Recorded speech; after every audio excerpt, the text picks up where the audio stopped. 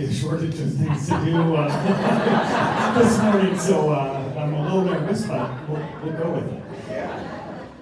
So, want to start a little bit differently than I have in the past, and want to just, I always tell you guys how much I like coming here and all that you guys have done for our community. And wanted to just highlight one individual specifically here. And we at the City of Rockford, when I became mayor, we didn't have the best culture inside of our organization. So we've been really working to build a better work culture for our employees.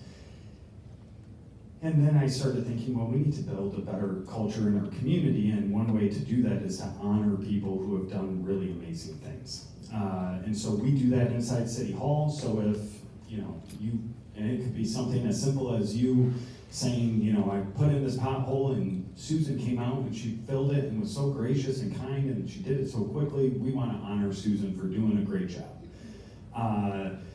Then there's larger things, such as individuals who have, donated more than 3,000 pounds of food to the local pantry and raised more than $20,000 for a nonprofit organization. And you have one of those people here today. You have Ken Lommel with us today. And I wanted to honor Ken. At the city, we provide challenge coins. And challenge coins, and I'm not the historian, so many of you may know it better than me, but challenge coins started as a military distinction, that if you went above and beyond in your service, you would receive a challenge coin. And then police and fire departments started doing it, and then I stole it and said, we're going to do it here at the city.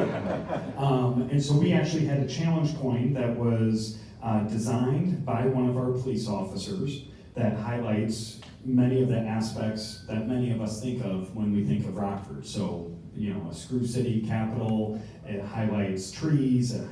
Don't worry, you have the Cheap Trick guitar on this. You have a sock monkey, you have women's baseball, you have the river that runs through. But Ken, it really is an honor for me to provide you with this challenge coin and just simply say thank you for all the work that you have been doing to provide food for those in need and to raise critical funds. So thank you on behalf of the City of Rockford.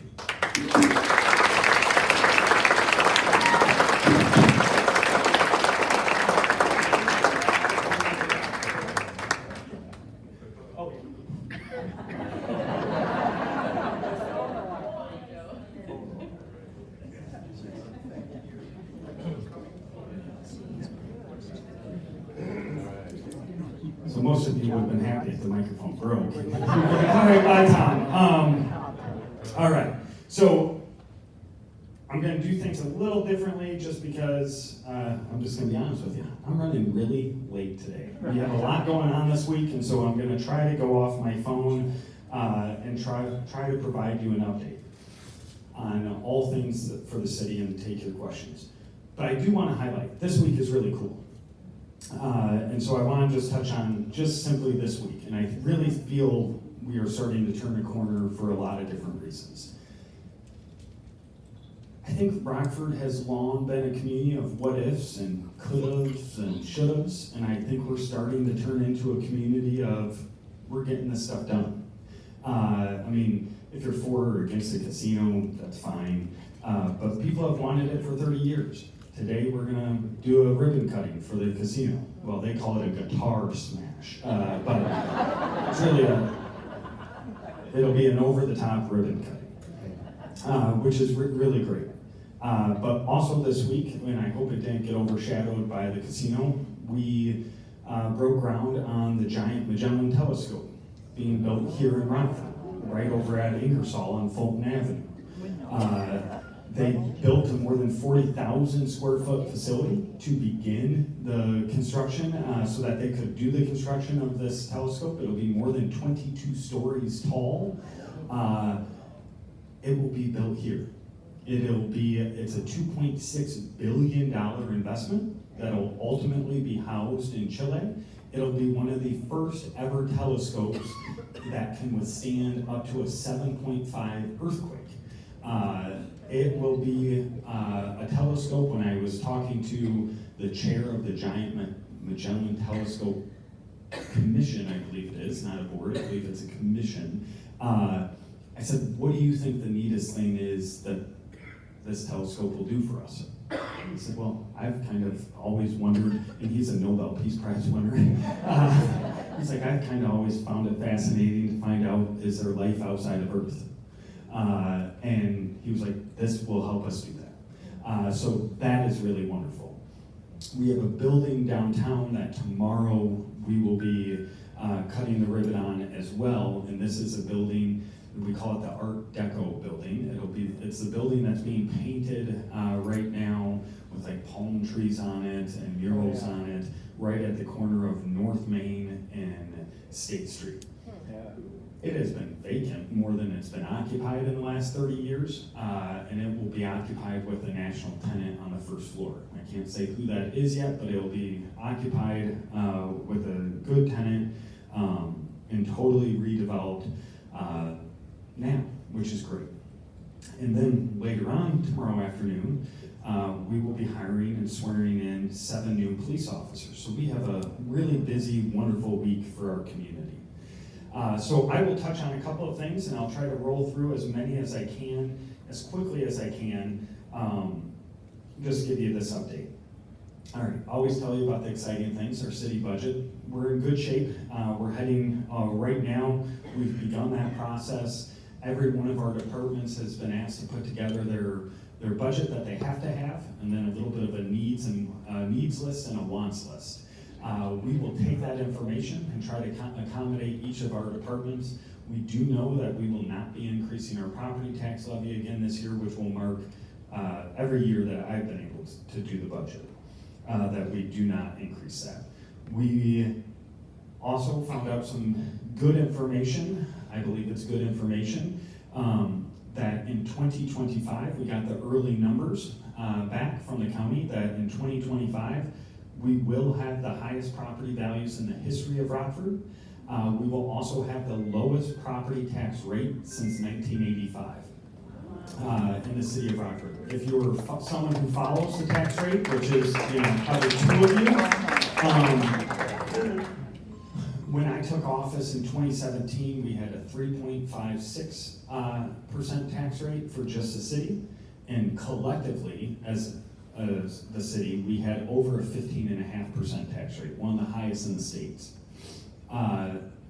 Next year, we will be under 2%, which will be that first time since 1985. But in discussions with Dr. Jarrett from the Rockford Public Schools and myself, we believe we will be under 10% for the first time in like 30 years, which is huge for our area, because if you look at the Rocktons, the Roscoes, all these other outlying communities, why so many people moved out there, one of those big reasons was taxes. And their tax rate was always at like 6%, 7%. Well, now theirs is at 9 and 10%, and soon ours will be at that 9 and 10%. So we will be much more competitive when it comes to that. I will also say in the coming weeks, you will see us put forward surplus plan. So we have funds left over from 2023. We're going to be putting forward a surplus plan to our city council.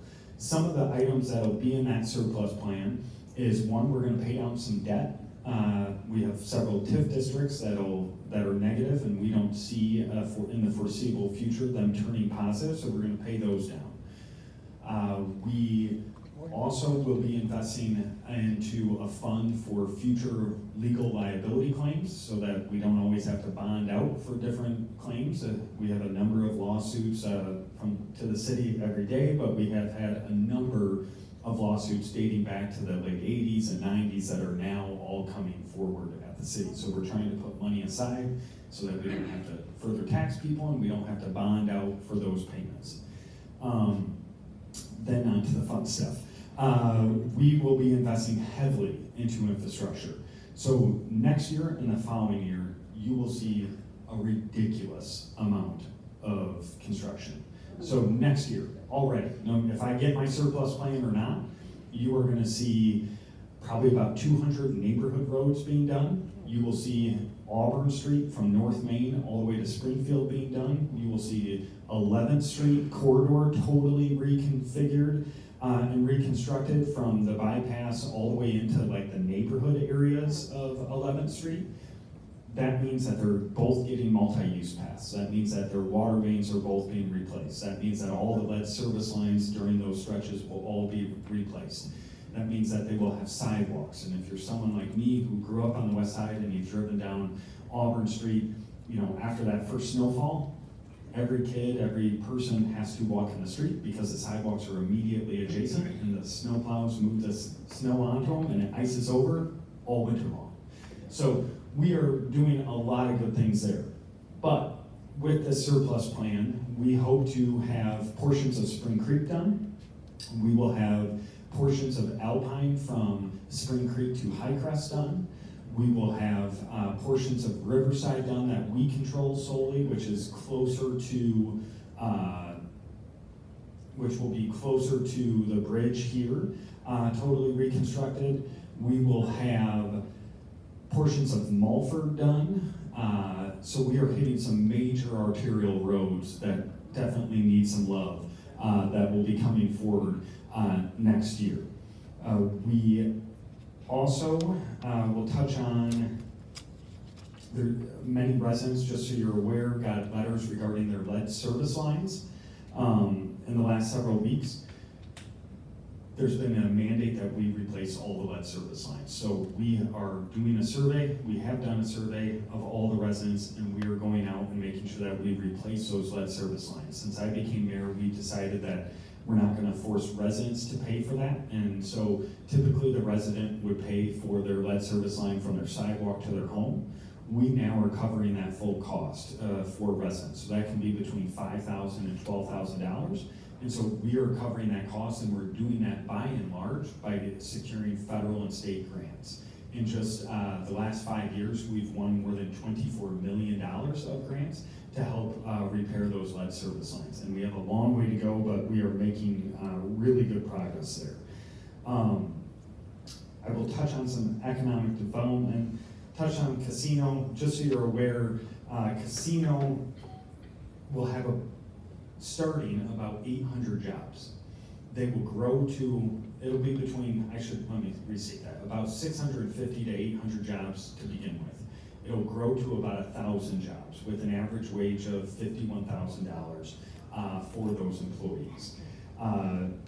Should let you know the BMO and the Coronado had another historic year in attendance. We as a community also had a historic year. We surpassed pre-COVID numbers by about $40 million, $30 million of visitor spending coming into the city of Rockford. If you haven't been to the library, get down to the library. It is absolutely a stunning place for anyone in our community. You will find a really wonderful space for you to enjoy at our library. It is absolutely gorgeous. I'll touch on Stellantis a little bit. I don't know all the details, but I can tell you those in the know are not panicking. We are seeing a lot of this. We are seeing a lot of people hold until they see what takes place in November.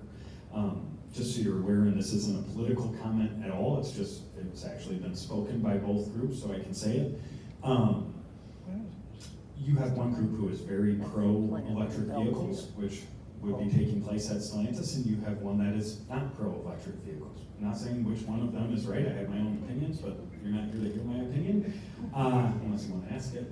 I'm not here to volunteer though. But my guess is they're waiting to see what takes place so that they don't make this huge investment and then some of those incentives for people to buy those vehicles go away.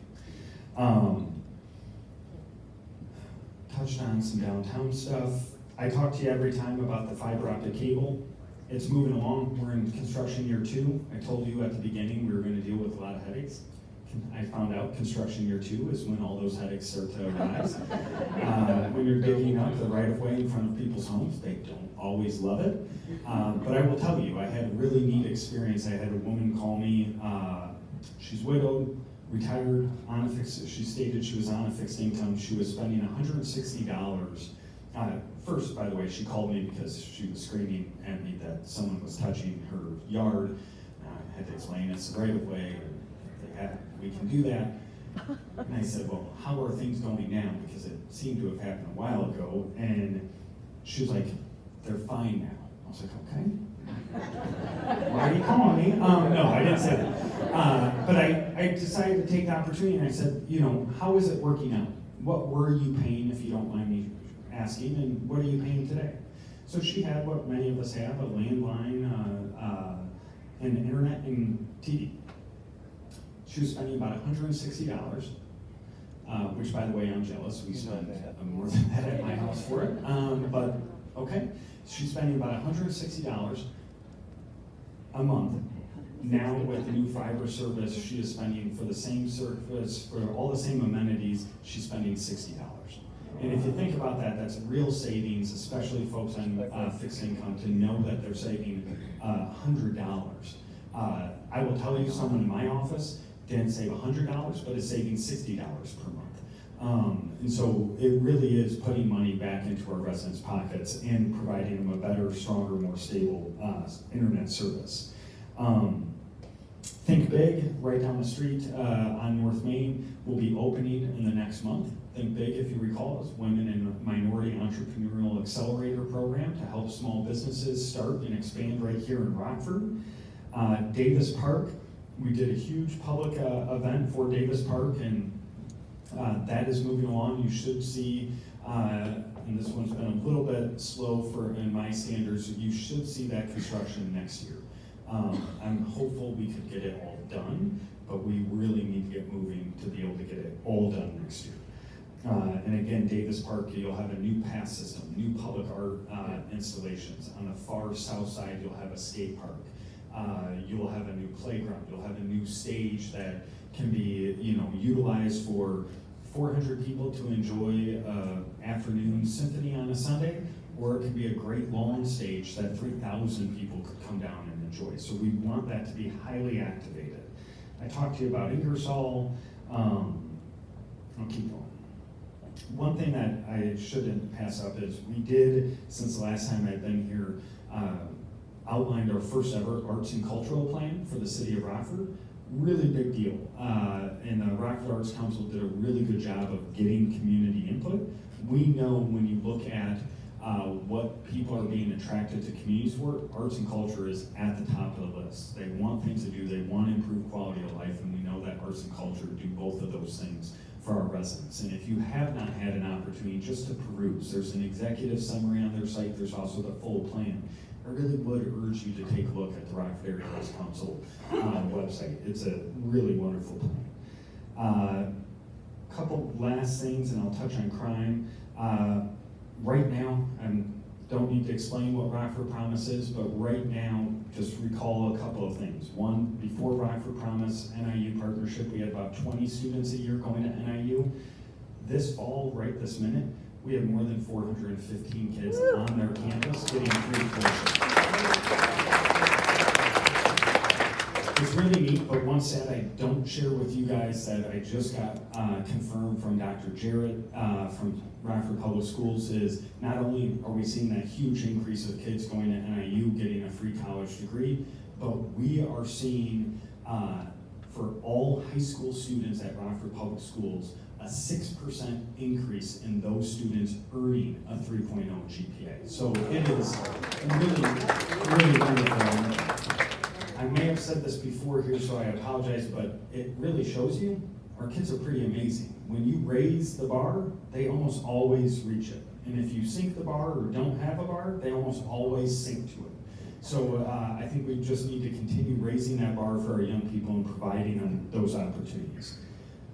Also, not strictly education, but more vocational. I talked to you a lot about our concrete program. It just wrapped up. We pay young kids, many of which who have been formally justice involved. We pay them $20 an hour to learn the art of concrete work. They get mentoring, they get to learn the art of concrete work. Every one of they built 2.5 miles of sidewalks this year, all with a focus around our parks and our schools. And this year, every single child who participated in it, I should say every single young adult who participated in it, has been hired successfully as of about 4 days ago from our union contractors. Every one of these is a minority, and all but I think 2 of them were justice involved. So it's just, you're providing them opportunities and they are just grabbing them. It's really fantastic. I touched on the Excel Center that is coming. Excel Center, if you don't recall, we've often heard that we have 40,000, 60,000, or 28,000, depends on which study you want to look at and how big you want to cast your net, of people in our community who do not have a high school degree or equivalency. And this isn't Rockford, this is Winnebago County or Boone County or Winnebago, Boone, and Ogle, however you want to define it. Excel Center will provide a free high school diploma that is accredited by the state of Illinois. It will also provide free child care for the students obtaining it. That is set to open it is set to open in 2025. And they want to have initially 150 students graduate the first year, and then after that, they want between 200 and 300 every year moving forward. That's going to be run by Goodwill of Northern Illinois with a partnership with Workforce Connection. So as they move forward and they get that high school degree, they can move right into getting training and job placement assistance through Workforce Connection. So we really hope that not only helps these families and these individuals out, but that it helps our local businesses who continue to say they're struggling to find the employees to take really important jobs. Last thing I will say, and I don't have, I think our stats are right around where they were the last time I spoke to you, violent crime. We have had 2 weeks of violence. We had 2 homicides in the last 2 weeks. I will tell you we are about 20 to 25, probably like 22% or so. I'll say 20% so I know I'm at least accurate, is 20% less homicides this year than we did last year. We still are having an incredible amount of domestic violence. Right now it's 51% of all of our violence through July. We are really, we're seeing a tremendous decrease in shots fired. We are seeing a decrease in aggravated assaults. So if you recall from 2017 through 2023, we saw a 34% reduction in violent crime, a 29% reduction in property crime. It will improve even more in 2024 once we have the final stats, unless, I shouldn't say it would. If we're continuing on the same path that we are right now, it will continue to improve. So I think we're making progress in many of the critical areas, and I've talked a lot, so I'd rather answer your questions. Yes. Hi, Mayor McNamara. I'm Diane Cushing. I wonder if you could speak to the Community Healing Center for area youth with the Boys and Girls, the Community Healing Center. Yep. Strange as it sounds, many different types of holidays are coming up ahead of us. And if we wanted to cut a check, would that be a good spot for vulnerable youth? Okay, so if you did not hear the question, and if I'm not repeating questions, just yell at me, I'll remember to do so. The question was about the Community Healing Center that takes place at the Boys and Girls Club. And then as we have many holidays coming up, is that a good place to make a contribution? I'm going to answer the second part first. Right now, I don't think it needs a contribution because it's all grant funded, and there'll be a time that it will. But right now, I think it would just sit in an account for another year or two, and then it may get to you. So there may be other places during the holidays that you can make a more immediate impact if that's what you were looking for. Community Healing Center, what is it? So one, you have the Family Peace Center for any child, one, you have the Family Peace Center for any survivors that's been impacted by domestic or sexual assault. We are seeing a huge number of the survivors have children. So we created a Community Healing Center, and it's for any child who's been impacted by any form of violence. So I'm going to give you a scenario. Let's say last night my neighbor's house was shot up. And let's say it was at 2:30 in the morning. Well, I don't know if you know this, but I have 2 really gorgeous kids. They look like my wife, Maliki and Olympia.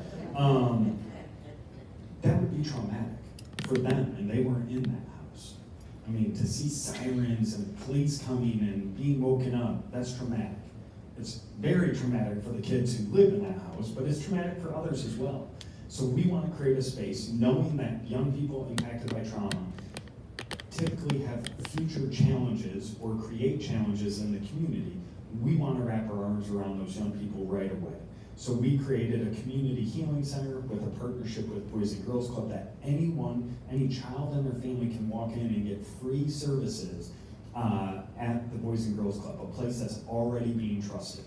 I will tell you, I just actually met with Chip Stoner yesterday, the head of Boys and Girls Club. They've seen a 55% increase in July of young kids going to the Boys and Girls Club. Not just because of the community healing center, they also happen to get air conditioning, which helps their numbers in the summer. They also are doing amazing educational programs at the Boys and Girls Club. But any child that impacted can go there, get mental health, trauma-informed care, and counseling in connection to resources for them. It is a great aspect. I don't ever want to say don't donate. Diana, I don't know if it's the best use of your dollar this year. Maybe next year at this time it would be a good use, but right now they're pretty solid. I mean, we wrote the grant for it, so they're pretty solid at financing. Bring us up to date with the Barbara Coleman. Fantastic. Bring us up to date with Barbara Coleman reconstruction. Okay, so we are crazy. It's almost a year it's a year from when we approved it. They started construction in, I think, November, early December. They've done all the asbestos removal. They've done all of the, I'm sure there's a construction term for it, but I'll say junk removal. I mean, of it being vacant for 26 years, you had homeless in there just leaving stuff. Everything is all cleaned out. They're focusing initially on the big building, which we call Building 5. They're focusing on buildings 9 and 11, and they're building a parking deck. The footings for the parking deck have been built. The windows have been taken out of the big building, Building 5, so they're moving along. Right now, they are about to let some of the bigger contracts out, so they've done kind of the asbestos and what I would call the labor contracts to move all that junk out of there. They're about to let the big contracts out, the mechanicals, electric, the plumbing, HVAC. I am optimistic right now, and probably more so than I've been throughout this process, that you will see the building trades be part of that. I have had nonstop communication between the building trades, Alan Golden, who's the head of the building trades, really respect him and like him, and Jay Jeffers, to see if we can bring some form of calm and coordination to what has become a very toxic issue. But it is moving right along. If you ask Jay Jeffers, they say they're pretty much on schedule for what they believe. And I will tell you, they have to be on schedule to receive certain benchmarks from the city. I will also say, just so you're aware, people think we just cut them a check. We don't do that. We didn't do that either. They have to do the work, show us the work, and then they get a check just for that work. We don't just give them money. And so we have it with a third, the money has actually been given to a third party. We review it, that third party reviews it, we agree on the review, and then they're given a check. So it is moving right along. When will they move some people in? When will they move people in? Probably 18 months, 12 to 18 months. Yep. I think you'll start seeing the construction move a lot quicker now. Yes. What are you doing on Riverside in regard to the racetrack? What are we doing on Riverside regarding to the racetrack? I'm gonna broaden it and just tell you what we're doing on all the roads, because all of them are our racetrack right now. Because all the insurances are going up dramatically. Yeah, that's not because of the racetrack in Rockford though. Oh, yes, it is, the people in here in Rockford, that their car insurance rates are going up because of all the accidents that are happening. So I sold insurance for 8 years. I agree, there's a lot of, I'm not disregarding the speeding and accidents, but auto and home insurance is going up nationwide everywhere. So what do we do? You have a really good question. and it's a really important one. We're seeing too much just foolishness on the roads. I mean, from people not stopping at stop signs, people not heeding, giving folks the right of way, speeding, certainly off-road vehicles, you name it, it's just crazy. And so we recently just approved radar detection equipment for every single one of our squads. Before we had it just for our traffic division. So now every one of our over 100 squads will have front and back automatic radar detection. Two, we've increased from 2 traffic details to 3 throughout the city. We've increased the number of tickets we've issued in 2024 compared to 2023 by 40%. You will see that, and 40% between 4,000 and 6,000. You will, and by the way, we don't get nearly any of that money, so we're not doing it for money. We are really stepping up the enforcement. The other aspect that we're doing is hitting it from a different angle. So we have the enforcement side, then we have the construction side. We have great data on what we can do to help slow traffic. So if you look at what we did on Broadway, Broadway was a racetrack as well. Broadway was 4 lanes with a middle, it was 4 lanes. We pared it down to 3 lanes, 1 lane each way, and a middle lane that you can turn in. We have empirical data that shows us we've dropped the speeds on Broadway 7 miles to 12 miles per hour. So we are doing that on Auburn Street. You're gonna see us do portions of that on 11th Street. So when we do major construction projects, we're also doing what they call road diets, which is limiting the number of lanes so that people will drive a better speed limit. So we're increasing the enforcement, doing better on the construction side. Then for my horrible thing that I really do not like, the ATVs and all that craziness, we are giving money to anyone who provides us tips on where these are parked at. It's easy to give us tips and say, I've seen them on North Main Street. I do that as well. All-terrain vehicles, the little 4-wheelers that people drive up and drive like maniacs, and they're not allowed on the road, but they do it. So we've passed ordinances that they can't fill up their gas. We've passed ordinances that we can fine the gas station for letting them fill up. We've passed ordinances that they have to register their ATV, and if they don't register their ATV, we can go on their property and take their ATV. We now just provided $250 to anyone who gives us information of where they're being parked, and it leads to an arrest. Literally the second day that we did that, we caught 2 or 3 ATVs, and we just need to let them know that it's not welcome on our roads. And big issue I have though, just being upfront with you, is while I don't like them, you have groups like Winnebago, who is passing ordinances saying ATVs can drive on the roads. So there's some mixed signals going on. I don't think they should be on the roads. I think there's a lot of wonderful people who use ATVs, for recreation and fun, and they should continue to do that. When I say we ask that they register them, it's a free registration. We know the good folks who use ATVs the way they're supposed to, off-road, out of the city, they're gonna register them. We know the folks that don't do it the right way won't, and that'll allow us to go in and take them. I'll come right to you, and once again, I'm gonna go here, and then I'll come back here. Yeah. One comment on the sign at Roundabout. It should have been right from the beginning. Number 1. Number 2, I would like to know if there's any way at the corner of Riverside and Highcrest, if the sign of what lane you have to be in so that you aren't cut off right at Highcrest by somebody saying, oh, I want to turn here, and then just turn on the minutes later. I think the ones on the ground. Riverside and Highcrest. Not an intersection. That's not I an don't think they intersection. touch. They parallel. Okay. So Spring Creek and Riverside, Yeah. what would you like now? I would like the sign of what lanes can be turning onto Highcrest, rather than having them on the ground, have them up in the air like you do in some other places. No, that's So not that, right. the accident of somebody turning into you. She's got the wrong roads. Are you talking about Auburn Street? Spring Creek. As soon as you get east of the road, Spring Creek. Yeah, and you're going up to Highcrest? Yeah. Okay, thank you. Yes. Sorry, I wasn't following, my apologies. Yeah, that is a Spring Creek. Yeah, hi, Chris.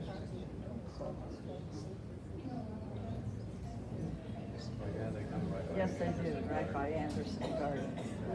We can do that. Before I get to you, Mrs. Sanders, right behind you. My question is, we just lost Village Green on North Main. What is being done to encourage business to return to our area? Thank you. So, really wonderful question. Just lost Village Green on North Main. What is being done to return business to the area? Literally just had a meeting about that this morning. So typically we do infrastructure and that really helps spur things. And it has in many areas. It hasn't on North Main. So our discussion this morning, very early. I mean, we had it this morning, so I can't say it will happen. But I'm looking at what can we do? We've done other things in other areas of this. We've provided loan programs or grant programs to businesses saying, hey, if you reinvest in your property, if you spend $25,000, we'll give you another $25,000 to reinvest in that property. We've done things like creating a tax increment financing district in certain areas. I never thought North Main would need the tax increment financing district. I'm kind of leaning like it may now. So I will tell you in the next couple, I don't have good answers for you today. I will tell you in the next couple of weeks, you will see a response from us of creating some form of an incentive to reinvest in your property and or open your property on North Main. Is there anything that we as individuals Is there anything that you as individuals can do? And I am sure I'm talking to someone who already does this. Support them. Because I mean, I do kind of giggle in the back of my head, like on Facebook, if you saw, it was shared 1,000 times that it was closed. Well, if those 1,000 people actually went into the store and bought $10 worth of stuff, it probably wouldn't have been closed. I know that's not you. But like, it always blows my mind. And we have great businesses. I mean, make sure that you're supporting Pennant, make sure that you're supporting all these businesses in that area. And it's easy not to, right? Especially right now. Like, I fall prey to it every once in a while too. I'm like sitting in my office, I'm like, I need this. Well, I could get it at Nicholson Hardware, and you just gotta make that extra effort and go do that, especially in that corridor. And I would say continue to put pressure on me, continue to put pressure on Alderman Rose, continue to put pressure on Alderwoman Meeks. I will tell you, both of them are already hounding me about it and have been before. When Village Green actually, I don't know if it was sold or gifted to another family, we had talks with them in 2019 that they wanted to close that location, and we helped them out. Then we had talks with them, I believe, in 21 or 22, and then we helped them out.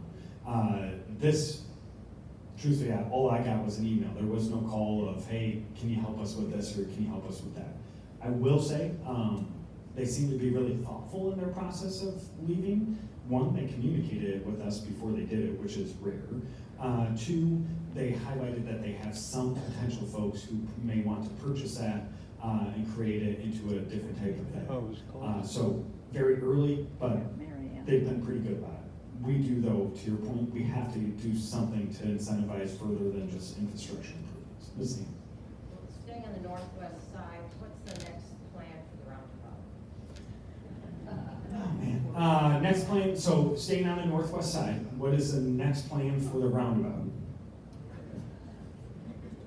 So the next plan, right now, we are seeing incredible reduction in accidents at the roundabout. We are seeing, I never will use the word rush hour in Rockford because we don't have rush hour, but at peak hours, we are seeing a delay, more than what many would want. We are seeing about 30-second, at worst case, up to 2 minutes. Typically, it's less than a minute. Honestly, I don't think it's too much of a delay. I think what you will see next is the barricades be moved, but you'll see the striping to show that we just want it one lane. We are going to see if residents will follow it. If not, we may end up having to put like Jersey barricades in, which we would prefer not to do right now. Jersey barricades are the big concrete barricades so that you don't have the orange cones out there. moving into winter season, so we gotta figure out, can the residents understand that it's one lane, so for plowing, or do we need to do something like Jersey barricades, because in the winter, those orange barricades will just fall over, and we'll have men and women from our public works team out there every day fixing them. So, next step is, can we follow it? Second is, if we have to, probably Jersey barricades. Tom, is there a document available that lists the ball points of all the stuff you listed earlier? Of the work that we're doing? The question is there a document that lists all the bullet points of the stuff that I spoke with my kind of citywide update? Is that fair? There is. It's usually in my pocket. But I was late today.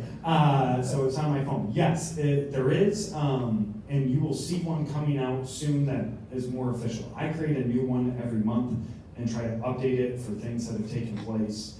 So I don't just say the same things every meeting.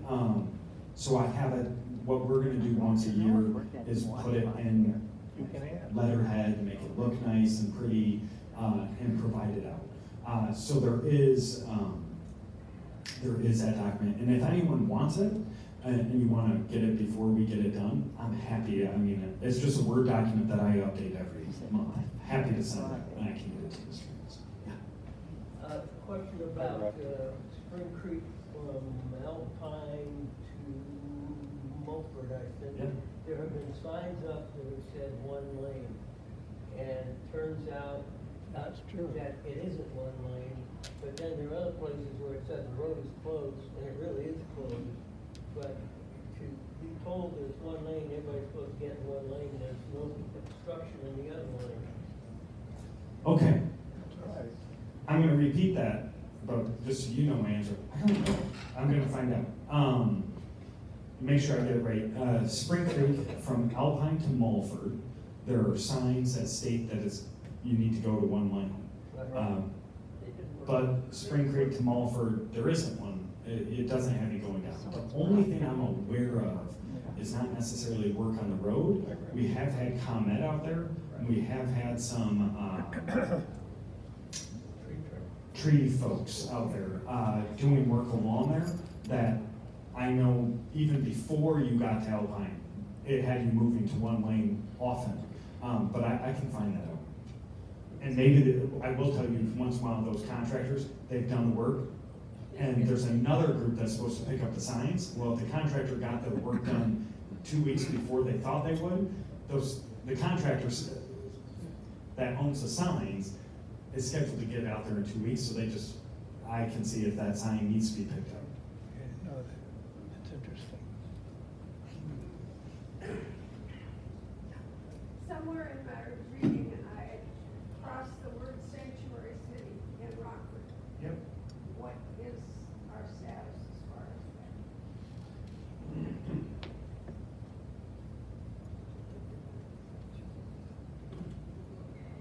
that? So, question was, somewhere in your reading, you've come across the term sanctuary city in Rockford. So we're not a sanctuary city. I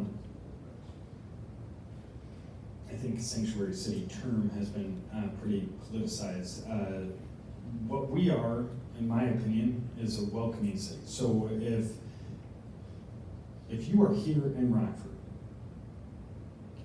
I believe what we need to do is treat you like you are a Rockfordian, because otherwise, I think the consequences of not doing that are far worse. So there are some things that we can't do. So if you, let's say Tom McNamara comes here, and I am not a citizen, there are certain programs at the city I can't offer you, because they are federal programs. But one thing, like if we have a water program, I think we should offer it to you. We control that. I think you as a human need water, so we will provide that. We won't ask you your immigration status if you're wanted to set up a water account and you own the property. We're not gonna ask you that. Our officers don't ask anyone their immigration status. That's not our police department's job. That's actually ICE's job, the federal arms job to do, not us. I don't think we should be spending our resources on that. We have if you've noticed several other issues that we should be focusing those resources on, and we do. But as a sanctuary city, we are not. You will hear that more and more. I have an election coming up, really joyous time in February. I am sure anyone who runs against me will, from one side of the aisle, will certainly say Rockford's a sanctuary city, and they'll repeat it enough that some will believe it, but the fact is, we are not. And I don't actually think legally we could be on our own. We are a non-home rule community, yes. We on the far side. Good to see you. What did you say? We're wondering with all these great things that have been happening up here in our street, have been happening. Are you running again next election? Okay, so, question was, would I be running for office again? I'm not here to talk about politics, but since you asked, I am. I will tell you that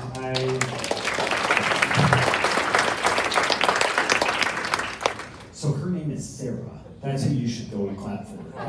She's my amazing wife. I always said I only wanted to do 2 terms, and now I'm that person who is doing more than 2 terms, or wants to do more than 2 terms. This will be my only last term, and I don't want to run for another office. I don't want to be elected anywhere else. It's really the best job I could ask for. It's incredibly hard, but super fun, and it's my hometown. And I have promised my wife and my children that I will not be in any office when they are in high school. And so if I stop right after this, they'll be, if I do my math right, 7th and 8th grade, and I'll be done. And hopefully whoever she is that takes after me will be in a great school.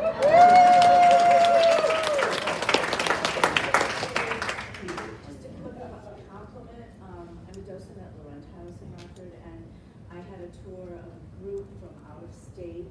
They had never been here before. They were with a professional meeting, and they didn't want to go golfing, so they came to visit us. And they were very impressed with the city being the size, and just generally impressed. So for you and your team, that's just amazing. Awesome. Hey, one thing, and I'm not saying this to you specifically, Diane, but you mentioned if you wanted to help during the holidays.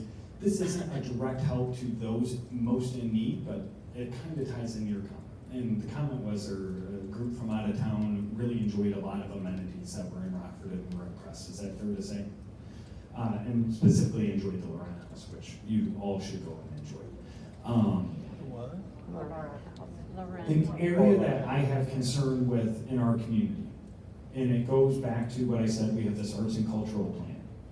We have a number of great assets. If it's the Laurent House, if it's the West Side Showroom down on North Main, if it's the Rockford Symphony, if it's Rockford Dance Company, if it's an arts ensemble.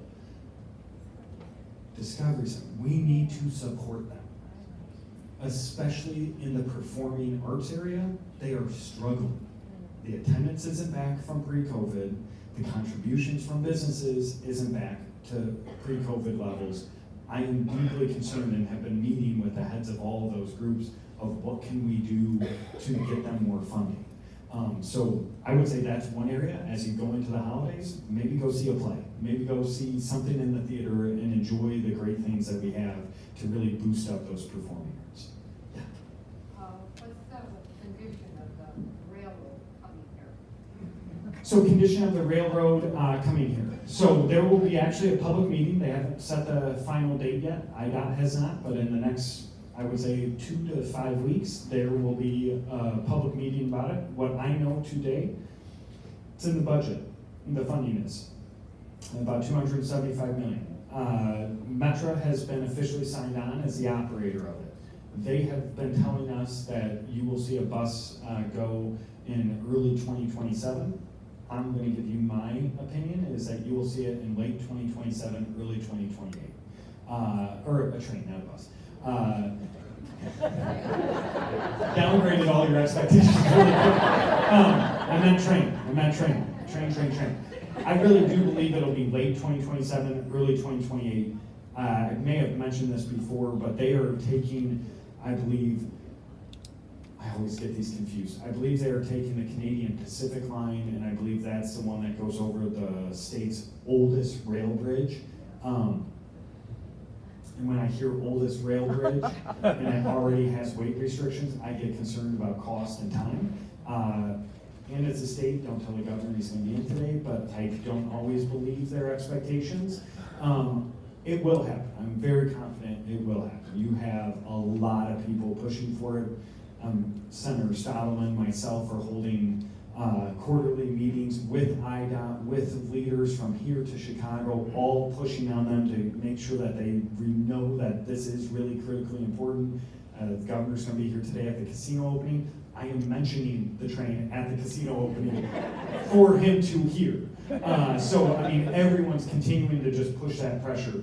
It will happen, but I do think their timing's gonna be off by 6 months to 12 months. But it will happen. So Any that- other? So will the depot still be like the old one was? Depot will be, when you're going down Church Street, it ends at Cedar Street, and you have the multiple buildings that are right there, that are right now vacant. They're under a development agreement to be redeveloped. It'll be right behind them. Okay. Yes. I'm not gonna answer. Prior to COVID, the Boy Scouts had a strong program in the schools, especially grammar schools. Right. Obviously, COVID, they were kicked out. Did you have any clout? Are we getting broadband here? Get them back in? Are we Good getting question. broadband here? Before COVID, there was a program run by the Boy Scouts that was highly successful, you're stating, in our schools, primarily, did you say elementary? Did you say the elementary schools, or just all schools? There was many of the. Okay. Many of the grammar schools. And now they're having a hard time getting back in, and asking if I have any clout. As my dad always told me, I have zero clout when it comes to schools except for this microphone and the ability to convene people. We are really working hard on getting more groups, not just Boy Scouts, more groups into the schools. That's why I got really active and engaged. Like the #1 reason I got active and engaged on the school board races, we are seeing more getting into the schools. Boys and Girls Club, the Park District, and others are now starting to build back those relationships and getting back into the schools. I can ask about that specific program. If you know of someone who can give me data on the program so I can say this is how good the program was, these are the metrics and the outcomes, that's gonna be the only way you'll get back into those schools is if you can explicitly show from data and metrics that your inside the school was productive as opposed to like the anecdotal, and I'm not saying the Boys and Girls Club or the Boy Scouts had this, but the anecdotal of, well, look at Tom, he's now doing great. They wanna show that like 77% of the kids who went to the Boy Scouts program increased their grades by X percentage. They want that type of data. Any other last questions? Yes? I've heard that there's gonna be a rotary Ridge and Whitman in this reconstruction. Is that true? There's gonna be A rotary. a roundabout? Yeah, Oh. that too. At Ridge and Whitman? Yes. Yes. So the question was, there's a rumor that there's gonna be a roundabout at Ridge and Whitman. There will be. It'll be one lane. We'll all be able to figure it out. And that's 3 blocks away from where I grew up. I will tell you, I personally am excited about it because I can't now, coming east on Whitman in School Street area, I can't turn left to go down Ridge. You used to be able to, it made all the sense in the world, and now you'll be able to have that back. Well, that's where Yes, all that it'll be one construction lane, is it won't be happening. like North Main, it'll be like the very highly successful one on Seminary and College Street. Any other last question?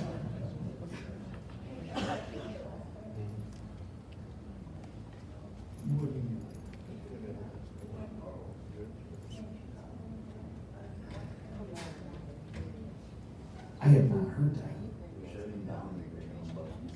Okay, I can find that out. Question was, is the Greyhound bus route going to be stopped into Chicago? I have not heard that. I will find that out.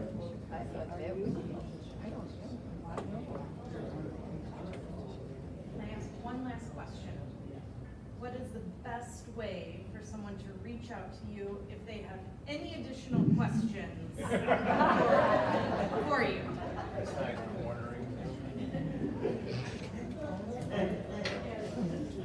So, that was impressive. Very subtle too. It was really. So, I feel a little underprepared today. Like nothing is with me. I will make sure that you have my email, my cell phone, and my office phone number. Reach out to me. We want you to reach out, and we won't always have the answers, but if I don't, we can make sure that we get to the right person. I do want to just make sure the 3 items I promised to follow up on was better signage at Spring Creek High Crest as you're turning on to High Crest, not just on the ground, but up high. Talk about the 1-lane signage on Spring Creek from Alpine to Mulford, and then I have to follow up on the Great North Bus. Is there something else I am supposed to follow up on that I didn't write down? Whew. All right. Thank you guys for all that you do. Appreciate it.